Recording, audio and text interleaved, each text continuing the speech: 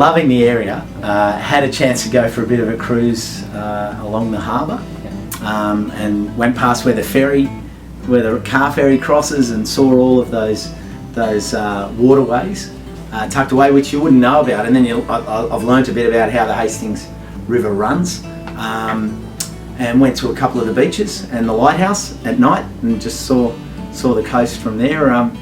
It's a beautiful part of the world.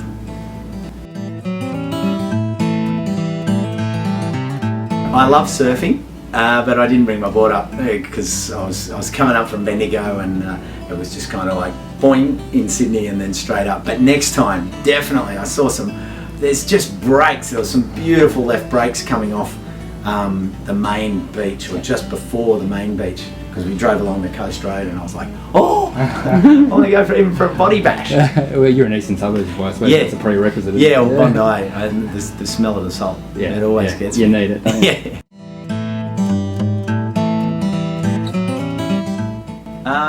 If I'm not in the garden, I'm commonly on the road, and I suppose by default I end up in gardens anyway. So whether it's a school garden like today at Westport, or whether it was the Lost Plot for all day yesterday, and then there's a couple of other schools, I think St Columba's, and then you know, the chance to come today to the library and talk seeds. I suppose by default I'm still in the garden.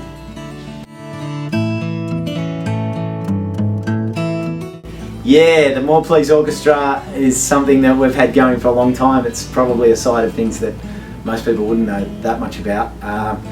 We don't play regularly, it's just when all our friends are together, and one of our main guitarist, he lives over in Austria now, so he's not out here that often, but when we do get together, it's an absolute catharsis. It's a disco, funk, cabaret, costumed catharsis, and it's a lot of fun. Everything from James Brown, Hot Chocolate, Prince, Chili Peppers, you name it. We right down to Disco Inferno, and the list goes on. Everything. That's awesome. Chili Peppers, put on Chili Peppers. I love the Chili Peppers. What do you play? What instrument?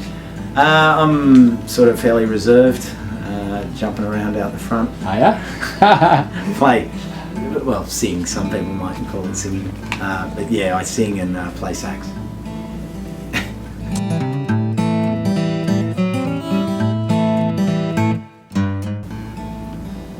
Everything we use comes from plants. So the plants come from seed, and the seeds develop each year and adapt to the climate and to the conditions. So really a seed bank and a seed lending library such as this that you're embarking on is really cutting it back to the very DNA of life. And I look at this and I say, you know, a library is a place where we come together to share knowledge, and the most ancient of libraries are the rock caves of our indigenous culture, and that's where they stored this information and the elders passed it on.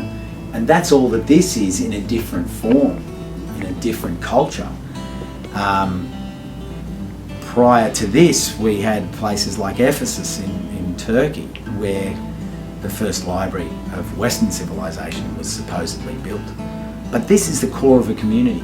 This is where we come together to pass on information. So to be able to pass on seeds, where else would you want to put it but right in the heart of the community? And I just think it's such an awesome initiative, because as people take a seed out, they bring it back next year, and it's more infused with the climate of Port Macquarie and district.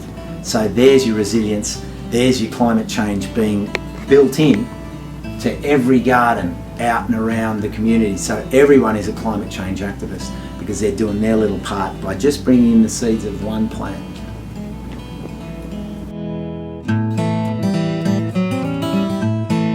I think people have become more aware of their food and where it comes from, and they want to know, they want the information, they're demanding information about their food. And as our food system has become more and more industrial based, people want answers. They want to know what's in it, they want to know where it's grown, and one of the easiest ways that they can deal with and be active in their food is to grow something. And I don't think it's just about the growing, it's about the health consequences. And people want this accessibility, they want this sort of friendship with their food, and a community garden, whilst it grows food and it grows biodiversity and it grows education, what it's doing is growing relationships.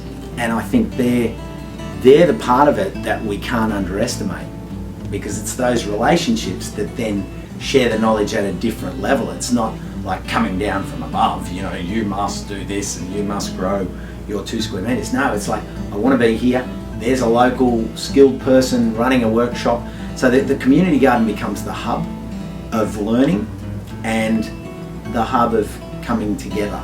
And so people can come in and out on whatever level they feel comfortable. And they might start just with a workshop. They might start with jogging through there for 6 months. They might start by saying, hey, I've got some plants that I can share. The layers are endless. They might come in and say, hey, I'm into kombucha and fermenting foods. I'm happy to show you how I did it, because I've lived in Middle Europe and my family are Polish or Czech or Hungarian or whatever, and we can bring this skill. And suddenly people want that skill, because they say, hey, fermented foods are all about the inner compost, whereas you might be into actual real composting, but it all works together. So I think the change in community gardens is health-based. It's not so much the initial, which was environment-based. Now people are getting into the health, and the environment learning is by default, and so it brings them in on a multi-prong.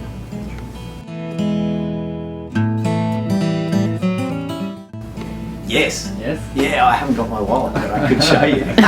Just otherwise I'd be busted.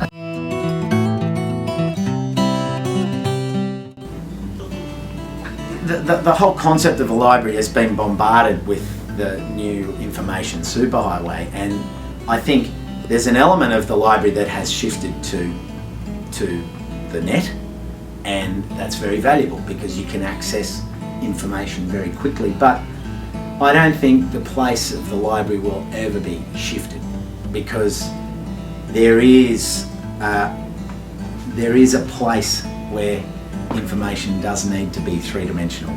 You can't have electronic reliance, and books stand the test of time.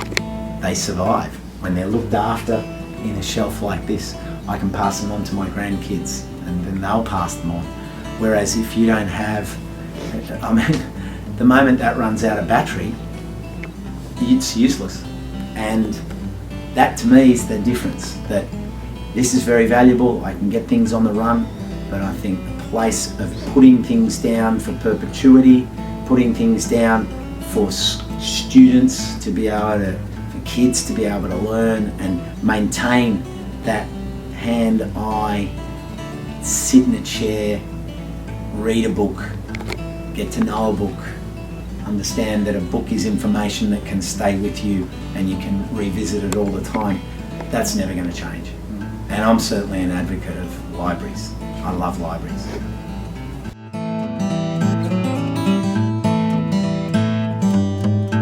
Yeah, in a sense, I think the libraries are really independent space. It's apolitical. It's just, this is our community space. We come together, we bank all our information, but information isn't just in a book, it's in that exchange. I'm meeting people here today that I wouldn't meet if I didn't have a place to come to. And as libraries adapt and develop and grow into a new era, they're providing all these different facilities. And that's what's exciting, because you can draw kids in, you can draw people in, for example, with the seed bank, you can draw them in with DVD exchanges, you can draw them in with a music space.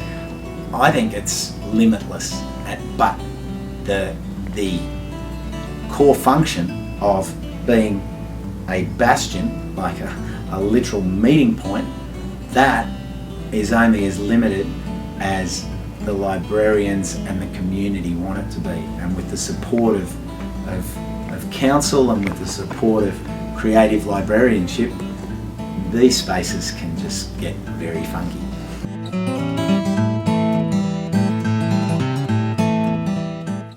I suppose some of the best little initiatives I've seen is where libraries say, okay, let's do a week or a month where we pick out something, and it could be, all right, so this is my field, but it could be like organic growing, and all those books are brought forward, and it's almost like a special, you know, or this month it's science fiction, or this month it's such and such, and you can run off the back of that some movies or a couple of workshops. I do quite a few workshops at different libraries where they become the educational platform, and you know, we run a composting workshop or a tree grafting workshop and do that seasonally and say, oh, it's now time to run a bare root plant fruit tree workshop, or we're going to do a nut workshop and let's see fruit and nut planting, and there's all the books that we have on it.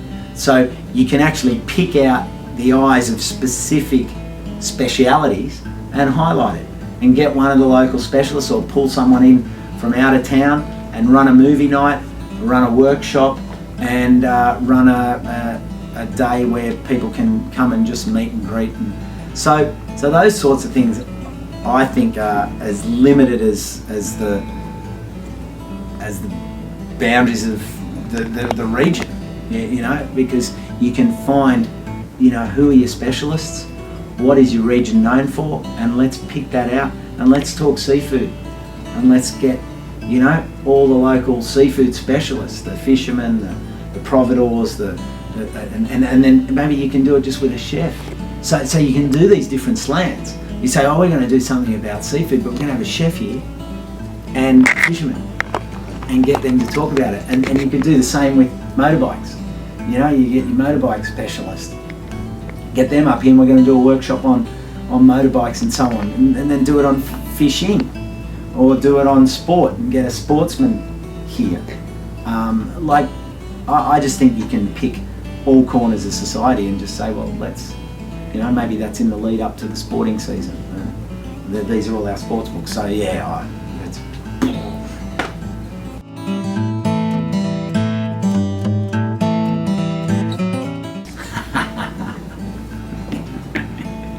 okay, beard grooming tip. I shouldn't be giving this one away because, you know, then everyone will start to push it up. Between you and me, of course. We don't tell anyone. Compost. Just not a, you know, lots of people get into clay packs and things. Just generous doses of compost in there. Allow it to sit and fester and ferment for the afternoon while you're working in the garden, and then just wash it out and just watch the bounce and the luster and the glow like never before.